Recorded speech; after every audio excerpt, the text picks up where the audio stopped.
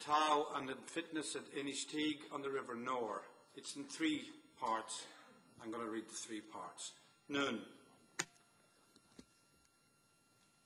The black flies kept nagging in the heat. Swarms of them at every step snarled off pats of cow dung spattered in the grass. Move if you move like water. The punts were knocking by the boathouse at full tide. Volumes of water turned the river curve, hushed under an insect haze. Slips of white, trout bellies, flicked in the corner of the eye and dropped back onto the deep mirror. Respond, do not interfere, echo. Thick green woods along the opposite bank climbed up from a root-dark recess, eve with mud-whitened leaves.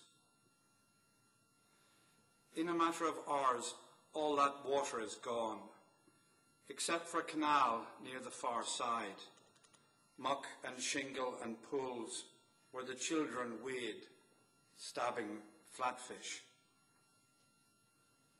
Afternoon. Inishtig itself is perfectly lovely, like a typical English village, but a bit sullen. Our voices echoed in sunny corners among the old houses. We admired the stonework and gateways, the interplay of roofs and angled streets. The square with its village green lay empty. The little shops had hardly anything.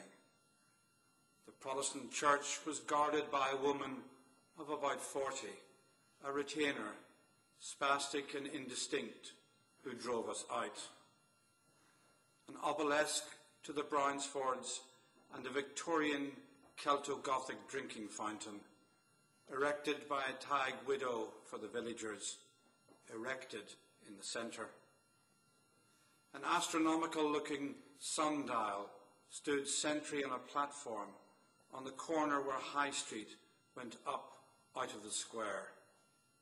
We drove up past a long-handled water pump, placed at the turn with an eye to the effect, then out of the town for a quarter of a mile, above the valley, and came to the dead gate of Woodstock, once home of the Tags. The great ruin presented its flat front at us, sunstruck. The children disappeared.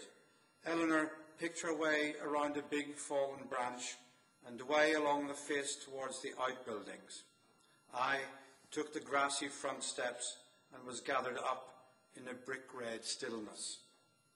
A rook clattered out of the dining room. A sapling, hooked 30 feet up in a cracked corner, held out a ghost-green cirrus of leaves. Cavities of collapsed fireplaces connected silently about the walls. Deserted spaces complicated by door openings everywhere.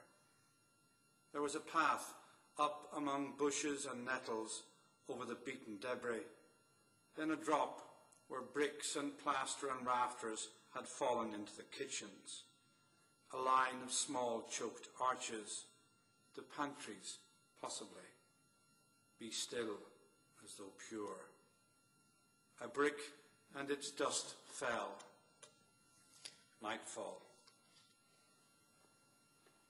The trees we drove under in the dusk, as we threaded back along the river through the woods, were no mere dark growth, but a flitting place for ragged feeling, old angers and rumours.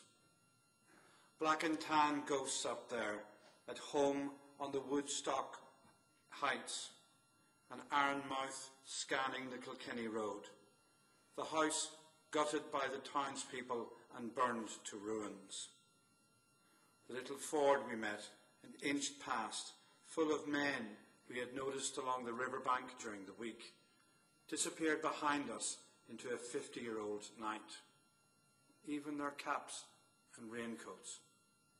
Sons or grandsons, poachers.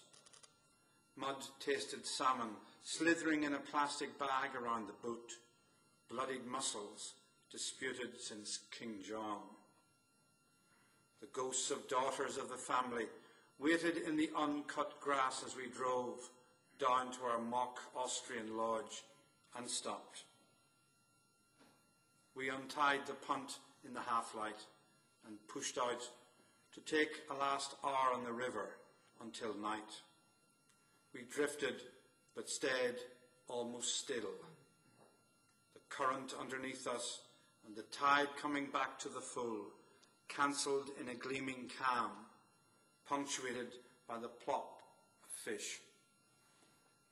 Down on the water, at eye level, in the little light remaining overhead, the mayfly passed in a loose drift, thick and frail, a hatch slow with sex, separate morsels trailing their slack filaments, olive, pale evening dun, imagos, unseen eggs dropping from the air, sub-imagos, the river filled with their nymphs ascending and excited trout.